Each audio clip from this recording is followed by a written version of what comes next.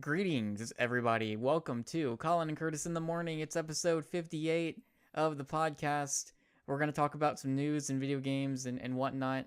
Collin, we're in November.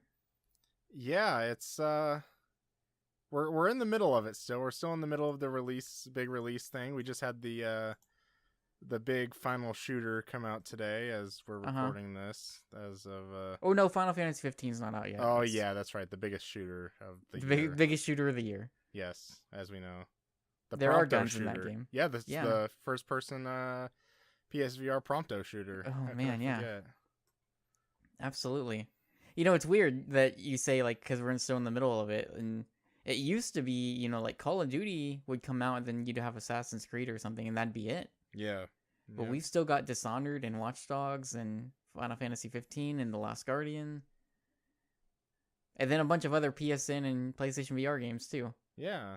So we got quite a bit to go. We're still in it. But let's get to some news, kind of some of the big news stories of the past week or so, to start out November.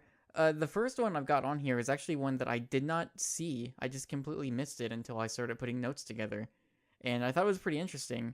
Collin, I'm interested to hear your take on this. Drawn to Death. That is the free-to-play shooter that David Jaffe and his team at Bartlett Jones have been working Agency, on. Yeah, and it was the game that was revealed at the original PlayStation experience about 2 years ago.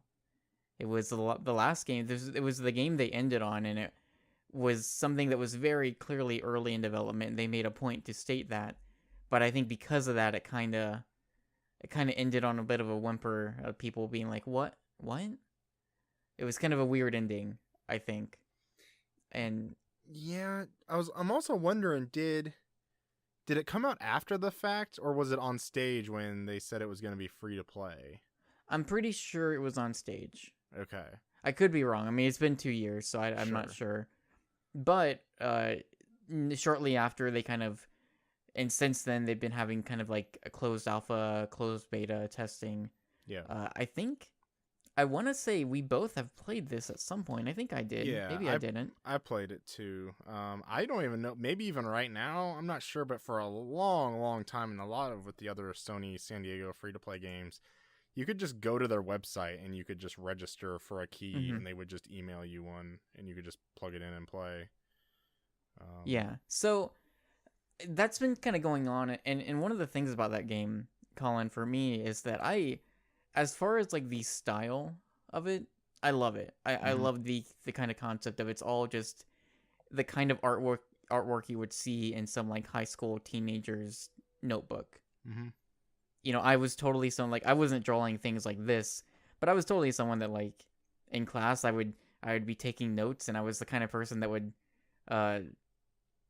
doodle basically. I would take notes, but I would write pretty quick, and I would just finish things pretty fast.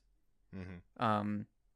I usually would just I would just get through things super quick, and I would just have time. And because we had blocked classes, so we'd have 90-minute classes. Yeah. In high school, so like I would just draw on like the corners of whether it was like assignments or notebooks or whatever. Like my teachers didn't really care, but I would just find myself drawing little doodles and stuff, and nothing to this extent. Mm-hmm. But I've always I've always thought that kind of concept of this world within notebooks like that is super cool. But where this kind of fell apart for me, and I think maybe many others, is when it revealed what kind of game it was, and then also it being free to play on top of that was kind of a like, oh, okay. I feel like unfortunately the stigma that free to play carries is pretty prevalent, and it's something that when you hear that news, you're like, oh, all right.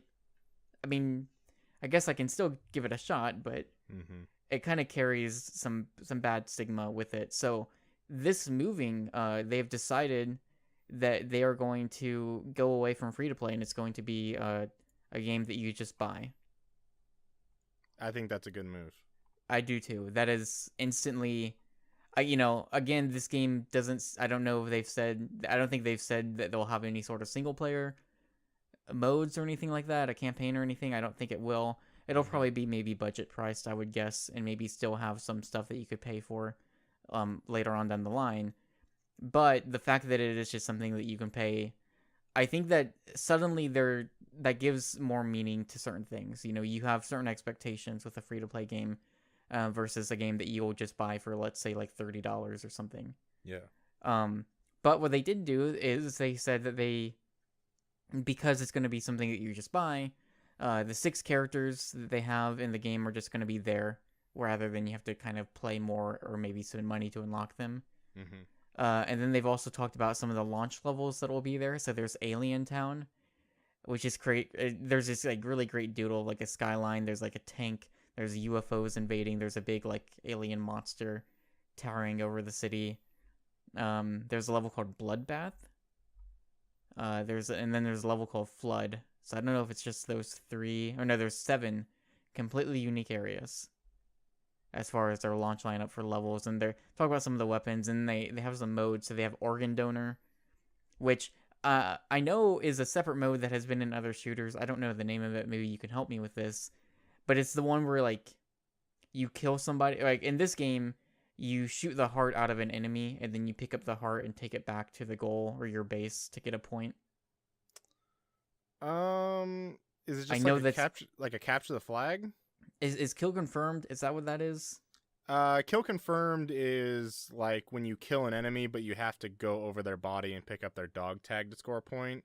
Okay. You don't have to take it back to a base or anything. Okay, so this sounds like that, except you're taking it back to the base. Okay, gotcha. And then the first player to 20 points wins. Something like that was also in the Plants vs. Zombies Garden Warfare. Oh, okay. So, again, I don't play enough shooters to know the terminology, but that's kind of what that is. They've got classic deathmatch, team deathmatch, core deathmatch, which is first player to 5 points wins, 1 kill, 1 point. But every time you die, you lose a point.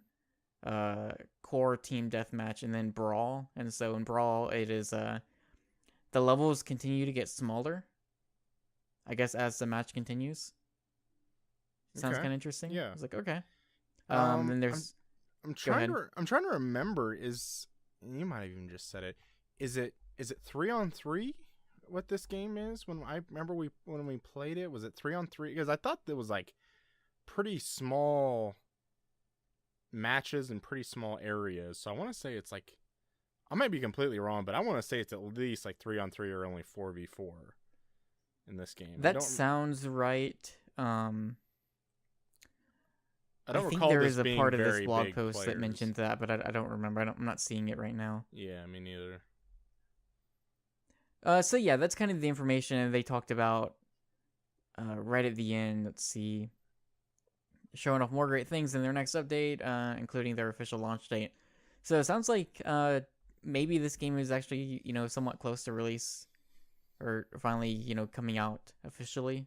Mm-hmm. Maybe early next year or something. It's unclear. At But I thought that was PSX. pretty cool. At PSX launch, maybe? I don't know. Oh, maybe a launch date at PSX even. Yeah, sure. That is coming up. That's about a month away. So yeah, sure. Yeah. Why not? Yeah, just kind of like I don't know, just a random thought, but like the last 2 PSXs have ended on free to play titles, but now this one's changing. So yeah, it was that in Paragon. Yep. I don't know why. Just random thoughts. Well, if we buy What's into the next? conspiracy theory about Kojima last year, then Oh. maybe that wasn't originally planned. But Yeah. regardless, on the official side of things, they did both end on games that at that point were free to play. Yeah. Which, yeah, that's hopefully this year they'll have a better ending. Kingdom Agreed. Hearts 3. Ni no Kuni 2. Ni no Kuni 2. Like, if that would have been the ending, Yeah, yes. just flip them around. Yeah, just take Paragon, move that before Ni no Kuni. I wonder if we'll get an update on Ni no Kuni 2 at PSX. They recently, I think it was like a week and a half ago, there was a very tiny update they talked about. I guess that game's going to have some sort of castle building element. Or like a kingdom building element, which I'm all in on. All in, especially if it's like sort of Dark Cloud-esque. I would sign me up. I mean, I'm already in on that game, but I bet we get a Final Fantasy VII remake news. You think so? We got it last year. Yeah, and I was that not game. expecting that. Yeah. Yeah, So I'd maybe I think expect like something once else. with 15 coming out in the next few weeks, like I really cannot wait until the next update that they have for both that game and Kingdom Hearts 3, Yeah. because I think like Kingdom Hearts 3, I think they're saying sometime early next year will be their next big update. And same with Final Fantasy 7, like the next time they talk about either of those two games will be fascinating to see, because I think that'll be our first chance to really see just how far along those games are. Sure. Especially at Kingdom Hearts, like, that game was announced 3.5 years ago, officially. Yeah. And even though, it's Kingdom Hearts 2 has been forever ago, it's been a long time coming, but I'm super curious to know just how far along that game actually is. Yeah. I'm hoping that it's a lot farther along than we think. They've just been very quiet about it because of Final Fantasy 15, but that's the optimistic side of me, and I don't know if I should rely on that too much. But we'll see. Yeah. Moving on. I guess we'll save like kind of the big news for last. But there's a game called Tooth and Tail that got announced for PlayStation 4 this week. It is an RTS by Pocket Watch Games. You might know them from Monaco. What's Yours Is Mine. That was a kind of a heist game that was on Xbox. Yeah, I think years Xbox back. and PC, I think. Yeah. Yeah, so this is a I guess in the blog post they mentioned that in Monaco, I guess one of the big things about it was that it was very simple to get into. So they're taking that approach with a console RTS. Okay. And it's got like, it reminds me of if you remember last year where there was like a card tabletop game with animals called Armello. Armello, yeah. And this game's got a bit of a different art style, but it's got that, like, the animals are kind of your key players here, and the way the animals look, it kind of reminds me of that kind of fantasy setting with animals that are intelligent, I guess. I would assume they talk. It's like I don't Star know. Fox. Yeah, like Star Fox. Sly Cooper. There's a character named Kasha the Sniper Fox. Nice. So they have some screenshots of this. They get a bit into, like, most of the post is just talking about how it's easy and accessible, but it doesn't mean it's not deep as well and challenging. Yeah. So it seems like they're trying to cater to both people who are maybe new to RTS, but also people who have, grown up playing RTS games, whether it's on PC or not, and trying to prove that it's possible to do one on console and have it turn out pretty well. So I like how it looks. I think it's got a really great art style. I never got to play Monaco, but I heard a lot of good things about it. So yeah. Seems like there's at least a good track record here for a game like this. So I'm curious. We'll keep my my eyes peeled for Tooth and Tail. Also, love the name. Yeah, that sounds good. Yep. Speaking of great names, I Expect You to Die. I like this one. Is coming. Go ahead. Oh, so you've never. I don't know if I want to break the news on the podcast, but were you telling me a long time ago that you've never seen a James Bond movie? I have never seen a James Bond movie. Okay, wow. All right, yeah. Send your thoughts to at PS Penguin. Okay. So the only thing I'm bringing this back on track. There's a line in Goldfinger that was pretty popular from the James Bond movie that says, "I expect you to die," and I thought maybe like this was what it was going to be from. I didn't know if it was supposed to be a reference to that, because it might be. It's spy themed, and James Bond's a spy. I don't know, but continue. So this is a PlayStation VR game. It is spy themed. It's an escape room game. Yeah. So like that even goes into the James Bond thing a little bit more. So I guess one of the things that they were kind of touting in the blog post is that it's a game that's going to have tons of different ways for you to die.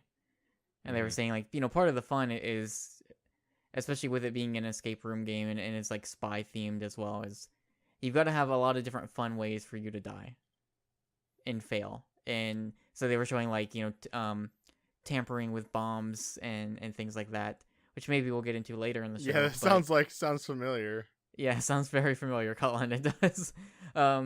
But also, like, the escape room element is something that has me pretty excited. Of course, I think we've talked about it on the show before. I really like Virtue's Last Reward, Mm-hmm. 999. Oh God, like the Zero Escape series Yeah. itself is a series that I really like a lot. And those are games that are based around kind of the escape room concept. And it's also just something I've wanted to do in real life. I don't know if you have any near you. There are like these escape room places, kind of almost like laser tag kind of things where you just go and they Yeah. just have escape rooms. Sure. And there's like you go into the room and you solve all these different puzzles to try to escape in a certain time limit. We have a few near us. I've never been able to do one though. But I really just like that concept. I think that's a really cool concept in it. And the games that I have played that are kind of based around those are just super cool. They're really fun. And I just like all the weird different puzzles you can come up with. So having something like that in VR and having it spy themed, I think totally, yeah, like I'm in. That sounds great. Yeah, I think so too. That'd be pretty cool. Yep. And then so BlizzCon happened this weekend. That was the thing. Yeah, happening. Well, yeah. Well, by the time this goes up, it is done. You are correct.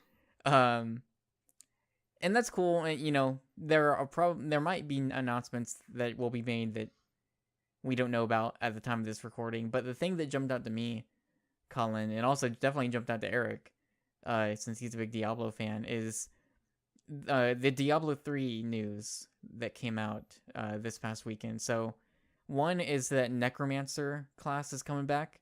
Mm-hmm. I think that was from Diablo 2. So that's going to be in an update sometime next year. That is paid. That is a paid content thing.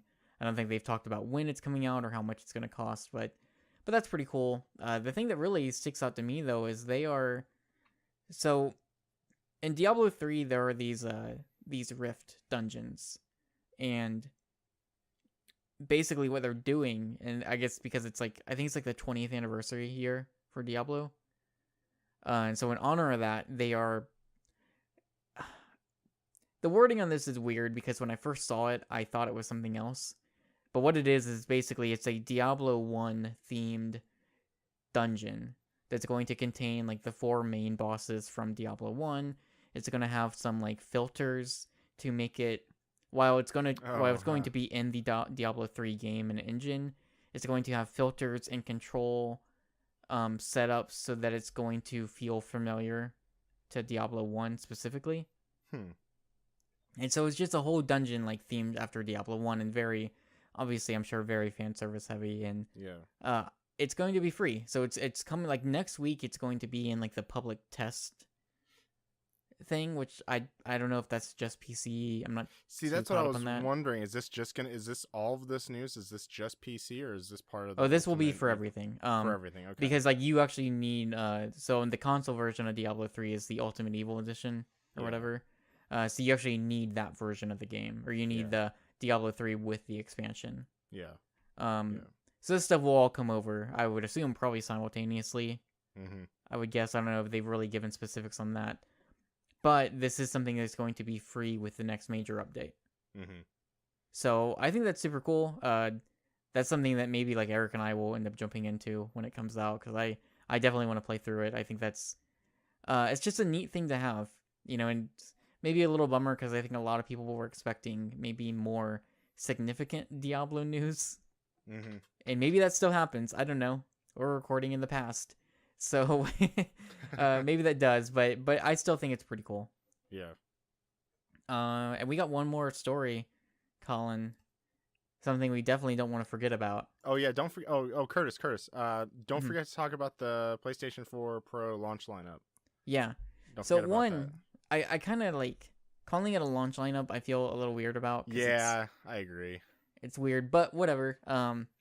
So this past week, they've put up a list on the PlayStation blog of all the games that will be compatible with PlayStation 4 Pro, or not compatible.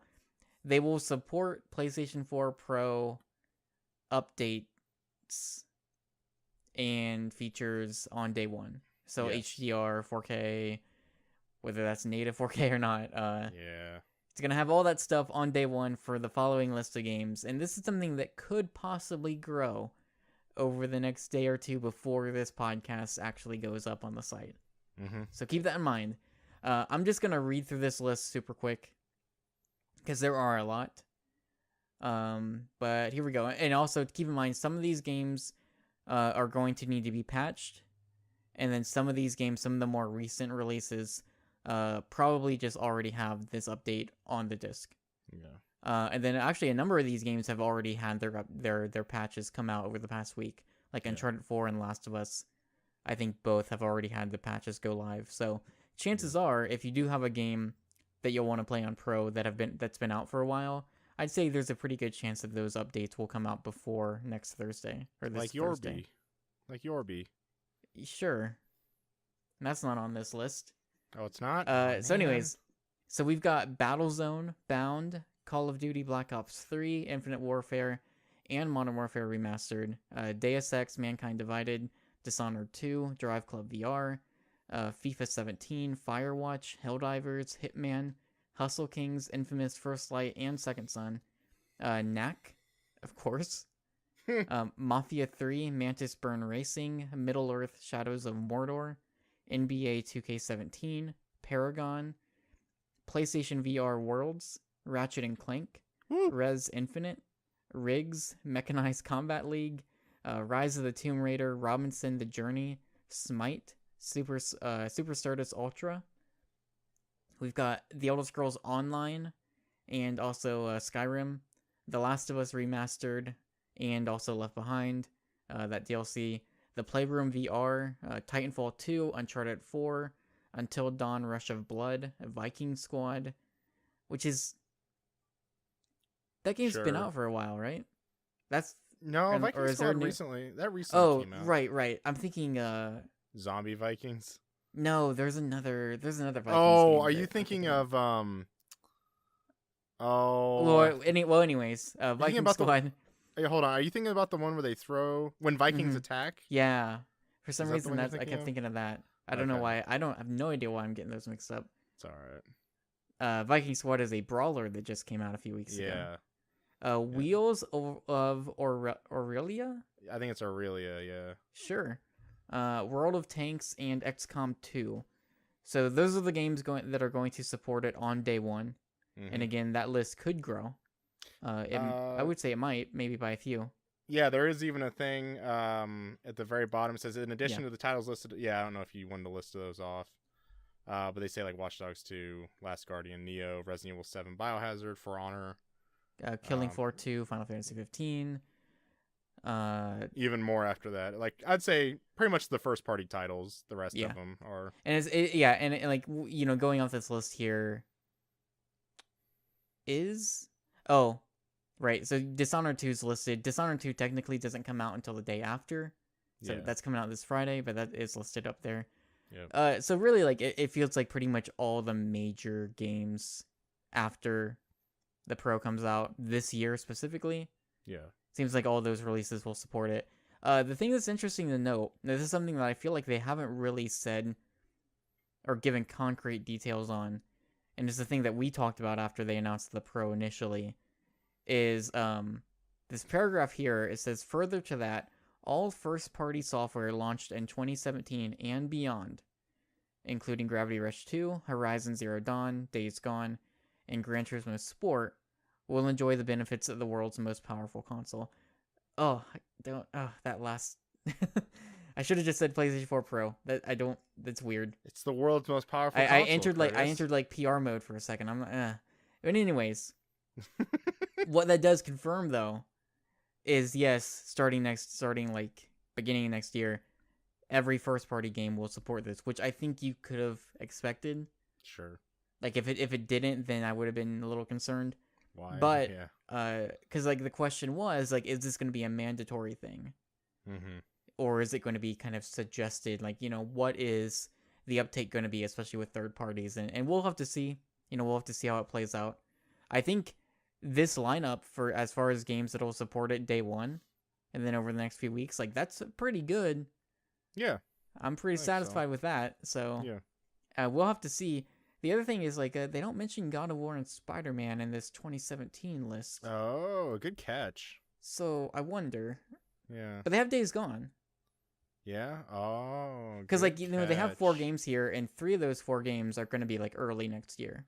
Yeah. Gravity Rush 2 is January, Horizons February. Gran Turismo was supposed to be out this year, but it got pushed back. Yep. So you could see that being pretty early.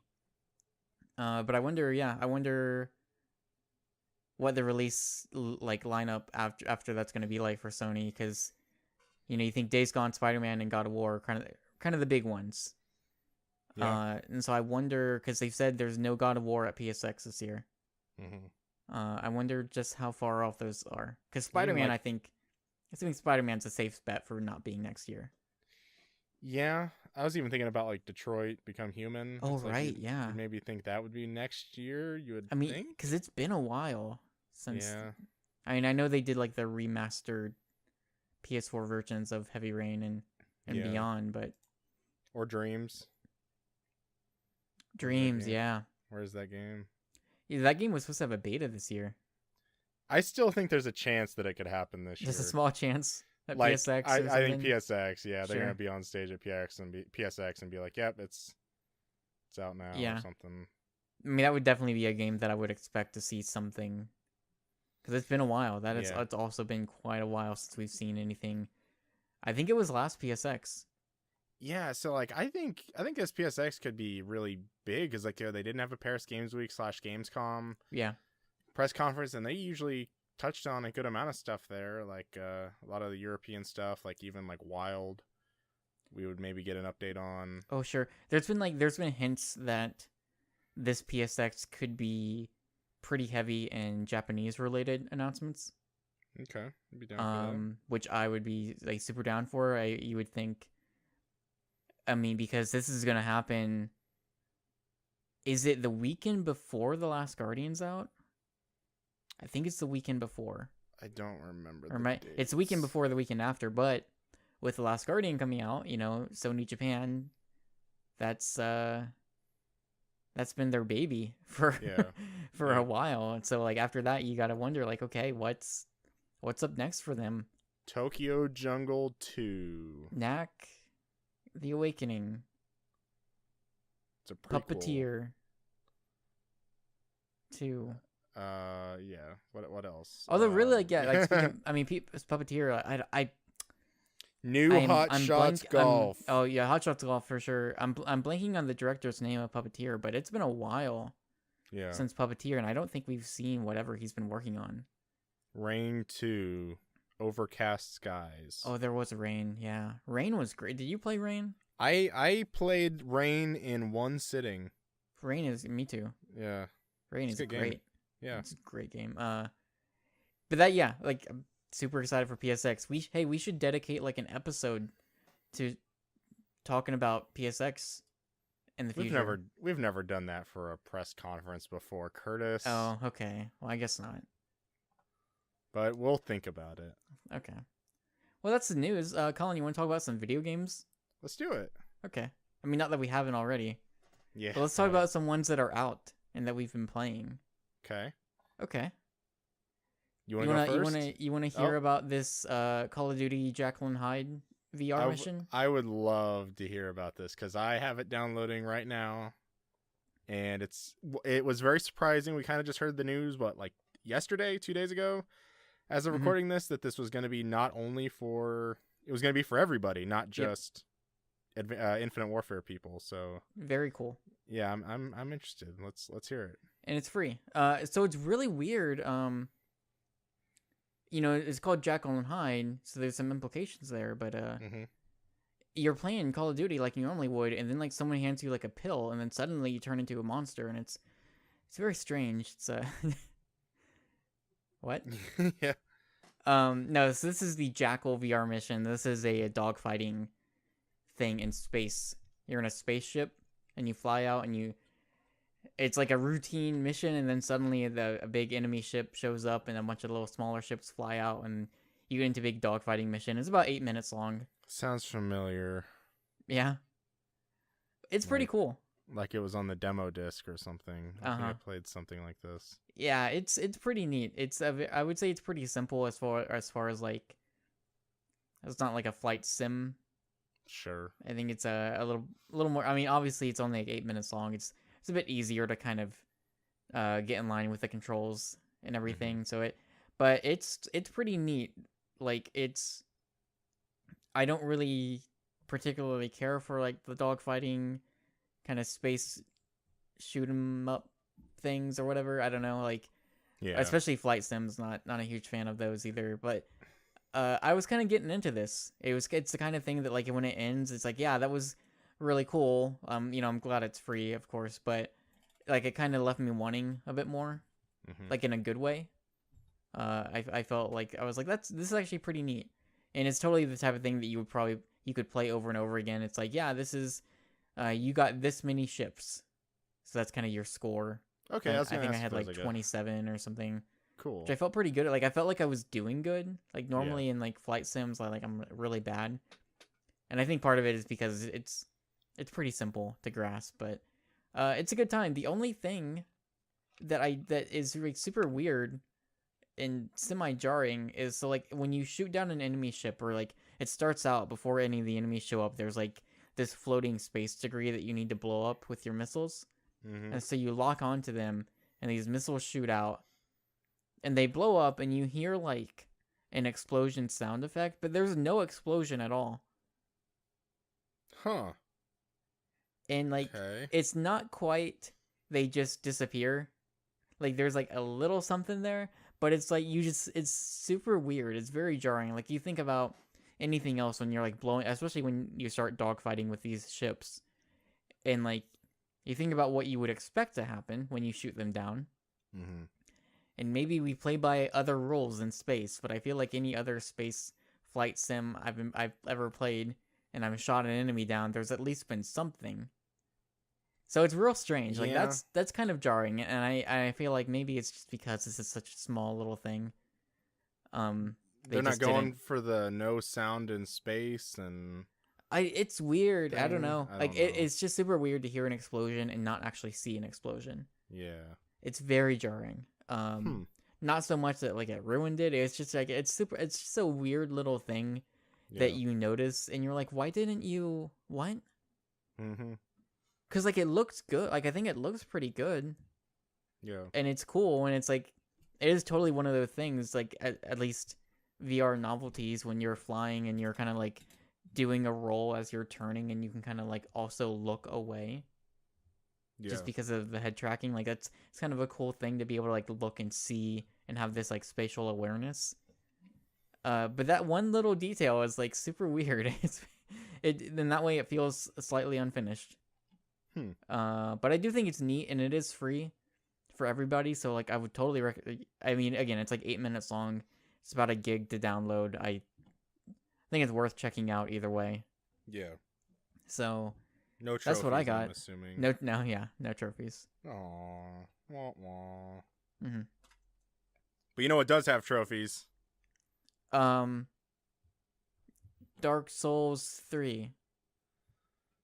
True. Yeah. And the game that came before, Titanfall 2. Dark Souls 2. Scholar of the First Sin. Okay. I still want to play. Still want to play that at some point. You should. You should play. Other of those games before 2, though. I played Demon Souls and I got my butt kicked, and I didn't play Bloodborne. Back. You know, taking a pause. We're gonna pause this podcast right here. Taking a step back. I did read some of the comments on that blog post about the PlayStation 4 Pro games. No Bloodborne. Yeah. I'm not expecting it. Yeah. Unfortunately, like I would. Oh, you don't even know how happy that would make me. I just. Yeah. Unfortunately, I don't think that's gonna happen. Yeah. So yeah. Moving on. Titanfall 2. I've been playing that. I haven't been playing a ton, but I've played more than what I did when I was talking about it last week. So like last week, I think I only played through like the opening mission or something like that. Yeah. I do have a single player and a multiplayer gameplay glimpse up on the website and our YouTube channel, youtube.com/PSNstores. You should check that out. We got some cool videos going up there. Plug. But yeah, so about I think there's a total of 9 missions in the campaign, and I thought for a little bit, like, because the game it kept going to these different loading sections, and I'm like, oh well, like there were sometimes I would play and I would get through like a section like really really quick, and then we'd get to another load screen. So I'm like, oh okay, well this is the next mission. And I always thought I was gonna be flying through this campaign, and then I ended up finally finishing after like a long play session, and I still don't even think I may be close. I think I'm about halfway through. Okay. So far, I've heard a lot of people compare it to like Half-Life, Yeah. and I didn't really know what they meant by that before I started really playing. I was like, okay, like we'll see, but I really see what they're saying now. It's very like there's not really like a cutscene where like the game just stops, and it's not like Call of Duty how in like one section you're in Iraq or something like that, and then the next mission you're in North Korea, and then the next mission you're in San Diego. It's basically like you end a mission by walking into the forest, and you start the next mission by walking into the forest. Mm-hmm. And like your Titan who you talk to, there's like a banter back and forth between your Titan and your character Jack Cooper. Is like, hey, I know a shortcut. It's like through this factory, and like you walk towards the factory, and then like that's the end of the mission. The next mission starts up, and you are like at the factory, and you go through the factory, and when you go through that section, I think it's really cool. I'm really glad they do it like that rather than like here's this globe-trotting adventure. Like here's just a level. Yeah, whereas like the levels feel connected and. Yeah. Yeah. And I don't want to call it like maybe just either Call of Duty or like Uncharted fatigue. Meaning like, you know how like you're just like it feels like every campaign you're just globe trotting all over the place. Yeah. And it's nice to have something kind of grounded. But so with far mechs. I'm really with grounded with mechs and laser Yes. weapons and robots and standby for Titanfalls and Yep. I thought you were about to say Stand By Me for a second. Oh. Won't you stand? Now oh my god. You know how great that would be? Titanfall. I know where you're going with this. A Stand By Me cover done by Eminem. Oh my goodness. Think about it. I almost imitated that, but I don't want to make fun No, of you're myself. okay. Yeah. But you talked to me before, I think a few days ago, off air. Mm-hmm. You were saying high praise about the single player, and like the Half-Life comparisons are interesting to me because that's while I never really got super into Half-Life, I understand that those comparisons are kind of a big deal. If I think, well, it feels like that's a big deal. It's in a big deal by I guess is what I mean by Half-Life is the more I think about it, the more it's not necessarily like physics, because usually like, you even think about physics and like Half-Life and like the Source engine and things like that. But it just feels very like it doesn't feel like a corridor of bad guys to shoot. Like Okay. It doesn't feel like Call of Duty where you run up the stairs and you shoot 5 guys, and you run through the next door and you shoot 5 more, and then you wait for an NPC to kick the door open, then you run through, and then you're at the end of the level. Yeah. It really does feel like, hey, we need to get from point A to point B, and like you're even in this setting, and then like your marker is like way off in the distance, and it's not like you just like, oh, we got to get in our truck, or we got to get in whatever, and we got to get there, or we got to just shoot through tons of guys to get there. It's like, okay, well now I just got to do some parkouring. I have to like go through some. There are some kind of dead sections of this game where they're like all you're doing is just walking around and parkouring and jumping off walls, and you have your gun at the ready, you're waiting for something, but it's I don't know, I don't want to use the word grounded again, but it just feels very more like an actual point A to point B kind of story, rather than having your commanding officer, your captain. So would you say Price. that like Call of Duty at this point, and we haven't played Infinite Warfare, and I feel like Correct. I've heard pretty good things about the Infinite Warfare campaign. Like there are things about that campaign, especially the side stuff, that like I'm actually kind of interested in. Like Sure. these 2 games and Battlefield 1, I plan on playing through the campaigns for all 3 of them, which I've not I haven't done for any of the big shooters in years. Mm-hmm. But all three of them, I feel like, are bringing something specific to the table within their campaign. Whether it's Battlefield 1 with its like war stories, Yeah, that thing's Infinite really Warfare cool. has got like the hub and the side missions, which I think sounds cool. But I guess the point maybe that you're trying to make here, like with Titanfall 2, is it kind of feels like in a lot of these games, these campaigns, you just kind of go through the motions for like 4 or 5 hours. Yeah. Maybe there's some emotional parts. You hit X to pay your respects, and then Yeah. that's it. And then you play multiplayer for the next year, and then you get the new one, and then you go through the motions again, Mm-hmm. or you just don't play the campaign and you stick to zombies and multiplayer. Press Whereas in F to cut this, leg. yeah, right. Whereas this, and granted, I haven't played it, but from what you've told me and from what I've heard from a lot of other people from different podcasts that I've listened to and different videos I've watched, is it feels like there is a clear effort in Titanfall 2 in this campaign to make it mean something, to make certain things matter a bit more. Yeah, where I'd say so. even though maybe the story is still like hitting similar beats, but there are details that they've had in there, like the way the levels connect together, or maybe the banter between like your Titan and you. Again, this is just stuff that you've told me and what I've heard from other people. Is it seems to me like they're trying to, even though maybe it's not as radically different as you might expect. Just the moment to moment gameplay, and the way things are structured. It seems like maybe the context around everything makes it feel a little bit more important, and it doesn't feel like you're just going and trotting through the same thing that you've been doing for the past 10 years with a lot of these games and stuff. And of course you've got the kind of the Titanfall gameplay that I would imagine is, like the wall running and the difference between being on the ground and being in a Titan. Like I feel like that would probably be pretty exciting. Yeah, I was gonna make like a really bad comparison. I don't know about really bad, but I like how it's very much you're going again. I guess I've already said this, but it's a point A to point B in a very I don't want to I'm using that word again, grounded. But it's not like everything is you have to save the world. And maybe Right. I haven't finished it, so like maybe that's what the campaign ends up being is like, oh, you got to stop the the world from getting destroyed. But There's a giant Titan and he's got a big nuke and he's coming and he's to gonna Earth. and he's gonna blow up the United States, and Yeah. then you're like, oh, okay, like well we're done here, and now we're going to space, and now we got this guy who's got this the space station that's gonna take over Mars. It's not like it's not like that. Agency. Yeah, it's not like everything is life and death in the game.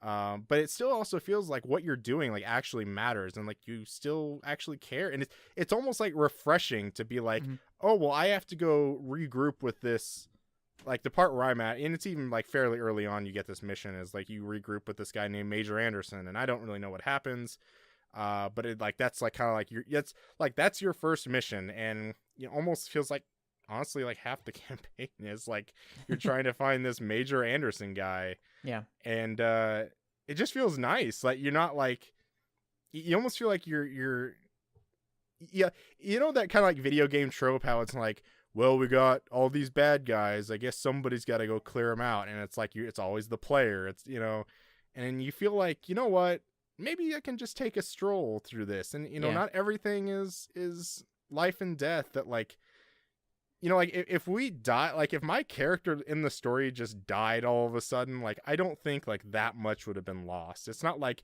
we are humanity's last hope to saving the world, kind of story. You're just one man. And I'm one just Titan. one man and one Titan. Become one, I believe one. is the tagline for that game. Reclaim the throne. What? I just after you made that Stand By Me thing, I just have this picture of Noctis standing on top of a Titan. Dude, think about it. Just like think about it. Reclaim the throne. Think about it. Like, in the Titan, wrecking stuff up, gets out of the Titan and starts warp swording around. Warp swords back to the Titan, keeps marching on. Think about it. Please write in with some fan fiction. Pretty cool. Titanfall Fantasy 15. Yes. Titan Fantasy 15. Okay. Well, I'm stoked to I'm again, all three of those kind of the big shooters the past few weeks. Yeah. I don't not a big multiplayer shooter person, but their campaigns Yeah. each sound interesting in their own way, and I want to check And them out. and is what's most surprising I feel about this is this doesn't feel like a Call of Duty campaign, and like this comes from the people who made probably like the two of the best. Well, and like campaigns. I mentioned before, like because it is them, and because it's been so long since they've done a campaign, that's one of the big reasons why this particular game, this particular campaign is the thing I'm most excited to play. Yeah. I'm waiting until I get the Pro, just because I feel like, well, it's a week away. You know, I can go ahead and wait until then. It's not a big deal. Yeah. But I am really excited to check it out because, like I said, you and many others through different podcasts and videos I've watched over the past week, they've been selling me hard on it. So I'm excited to check it out for myself. Yeah. Before then, go ahead. But I do want to touch on multiplayer just real quick. Oh, sure, yeah. I have been playing a good amount of multiplayer. I think I'm like rank like 12 or 13, which isn't like, you know, amazing, but it's still, I guess, you know, I got a few matches under my belt. And again, I got the multiplayer gameplay glimpse up there. I'm not the best, but you know. And you compare to like everybody else has got all the Titans unlocked, and there's like the final Titan you unlock in multiplayer. It's got this big old chain gun, and there's like people running around with that. I became one. You know. Maybe that should be like the platinum trophy, just like become one. For claiming the throne. Yes. That better be the platinum trophy in Final Fantasy 15. You have reclaimed the throne or something. I don't know. Oh, sure. But I really like that, or 10 years in the making. One of the two. Sure. Yeah. Yeah. I really like the multiplayer. I played still a lot during the technical test they had maybe like last month, 2 months ago. I like how it's like, and maybe Call of Duty's done this recently, but I must remember playing Call of Duty back in maybe around like Modern Warfare 3, Modern Warfare 2, Black Ops kind of area. And it just feels like you select your perks, and there's like 7 different perks to choose from. But like here, there's just like 4 and like 2 like for a different slot, which I really like. You have a lot of cool different abilities. Like one of them's like a throwing star that just spews out like thermite, like fire just everywhere. That's really cool. My favorite class to go with is the pulse blade, where basically it's a throwing knife that you can kill people with, like one hit kill people with, but it also acts as a sonar kind of in the immediate area and maps people on the minimap, and you can kind of see through walls. I love that thing. I think that's pretty cool. You also have like electric smoke for your Titan, and you might be able to get it on like as a single player, but basically, like, you know, instead of a smoke grenade, if you walk into the smoke, it like electrocutes you and kills you over time. You have the grapple hook, which I haven't played around too much with. I've just basically been doing the pulse blade. I think it's a very well balanced multiplayer, and it's a lot of fun, especially just jumping around with Titans. And even the maps aren't like as tight as like a Call of Duty one, especially with the, you know, the mobility, and you can run around all over the place.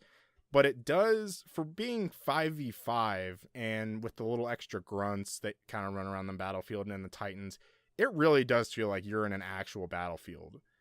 Like you almost feel like you are playing a Battlefield game, rather than like Call of Duty is very ground based, and it just kind of feels like, okay, we're just like in this two-way neighborhood that, you know, restricts us from going any farther, and we just start shooting people. It really does feel like, you know, you have a Titan falling down from your left, and you have different drop pods with different AI characters running out and shooting them. One thing I think Titanfall does really well is that satisfaction of like going on like a short kill streak. And I feel like something that the first game did really well was like just being able to shoot the grunts. You know, it actually makes you feel somewhat good. Like if you're like really, really bad at the game, you can still run around and shoot the grunts and actually feel accomplished. That's even just kind of like a small side note, but I really like that. Okay.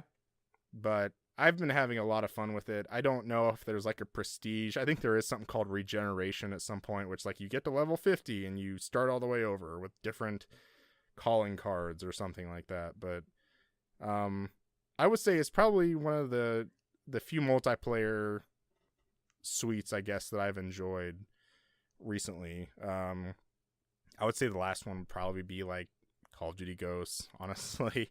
A game that like I think about. I'm like, man, I can't wait to just like jump in and play more Titanfall 2 multiplayer. So I'm really worried about this game, Curtis, because I'm really worried that They should, the when Battlefield you prestige in Titanfall 2, they should call it the Neural Bridge, which is a reference to Pacific Rim.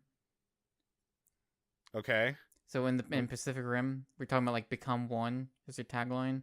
Yes. So Pacific Rim, you have your two pilots, and they connect through a neural bridge to become one with their not Titan, with their Jaeger. I'm just saying this. I'm glad you explained that to me because I would have been so lost. Oh, have you not seen Pacific Rim? I saw it, but I don't remember really anything. So I was thinking, I was like, I knew there was a term for it. I think that'd be cool reference. This is the closest we're gonna get to a Pacific Rim game that's good. Maybe Pacific Terror when that comes out. You know what they should do? Pacific Terror, yeah. But Titanfall 3, instead of having zombies, they can have like instead of zombies, alien monster mode, and so it's with a kaiju. But there is an alien monster mode, Curtis. It's called Call of Duty that Ghosts. Doesn't count. We're talking about the kaiju Call of Duty mode. Ghosts Extinction. So you choose your Jaeger, you board up the windows, and you keep the kaiju from coming in, like Godzilla. I'd be down for that. Or is Godzilla? I might get into weird terminology there. I don't know if Godzilla counts. Is he? I don't know. Is Godzilla a kaiju also? Like, where do you draw the line? I draw the line at this is getting way off the rails of this podcast. But I don't know. But if you're going if Godzilla is a kaiju, does that mean like King Kong is a kaiju, like a land kaiju? So kaiju is a Japanese word that means strange creature, often translated in English as monster or giant monster. Does that mean a chocobo is a kaiju? Well, chocobo is not really giant, unless you're like, is there like a giant chocobo that exists somewhere? I don't know. You tell me. You're the Final Fantasy guy. I don't think so. Okay. It's Fat Chocobo. Fat Chocobo. That's the kaiju. That's the real monster. I guess. I don't know. Well, that's my suggestion for Titanfall 3. Maybe Knack is the kaiju. Knack's when he becomes really big. The kaiju is the friends we made along the way. Naiju. Knack. Okay. Anyways, so there's one other game that we'd like to talk about, Collin. You better keep talking. Keep talking and nobody explodes. That is also the name of the game. We did. So if you don't know what this is, Keep Talking Nobody Explodes. It's on PC and also now PlayStation VR. I think the PC version actually doesn't require VR. Oh, okay. So I don't know. I guess it's weird. Like, I guess they could potentially put out an update for this the PlayStation 4 version not to require it. But they would have to maybe change a little bit of how the game works. Because on PC, if you're not using VR, your screen just has the bomb stuff, and you play it that way, and then your friends have the manual in front of them. Whereas on PlayStation VR, whoever is wearing the headset sees one thing, and then on the TV screen, if you're playing with people in the same room, they can view the manual on the TV. Yeah. So that's how they do it. And basically make sure it allows that people are seeing different things. So someone who's wearing VR, they're seeing one thing, and then everyone else in the room seeing something totally different. Do you think it's to keep people from looking at the manual and playing the game at the same time? Okay, that's what I'm just the point of the game. I mean, like on PC, I guess you it's more of an honor system, of course, because you could print out the manual. Yeah. But yeah, it's absolutely the kind of thing. It's a social game, but you want to make sure you don't want to cheat. You want to make sure that whoever is playing, they're seeing different things. Because this game is key. Like the communication here is very important. Yeah. And it really tests how well you communicate with people. And how well you can read. Yes. I don't know. So basically, what this game is, and it's how we did it. So we played over Skype. It's something that's probably best suited for local multiplayer. But it worked perfectly fine for us. Or we didn't know, we did a PlayStation voice chat. We didn't do Skype. Yeah, we did. Yeah, we did the voice chat. Yeah. Which maybe worked. I don't know if it really would have worked really better mattered. either way, but it worked for us, and it helped because I didn't have to have another headset on. I could just use the mic on the VR headset. So what this game is in VR, you're sitting in a room. There's a desk in front of you. There's an alarm clock in front of you, and then there's also a bomb, a ticking bomb. Usually it's 5 minutes, but you can unlock free play mode and have it and adjust the settings to all sorts of different weird things. But each bomb has a certain number of modules on it, and each module needs to be deactivated in different ways. And then once you've deactivated every module, you have officially deactivated the bomb, and you're good to go, and no one's exploding. Yep. So, how do you do this? How do you deactivate this bomb? Well, for me, I had you, Collin, in my ear, in my headset.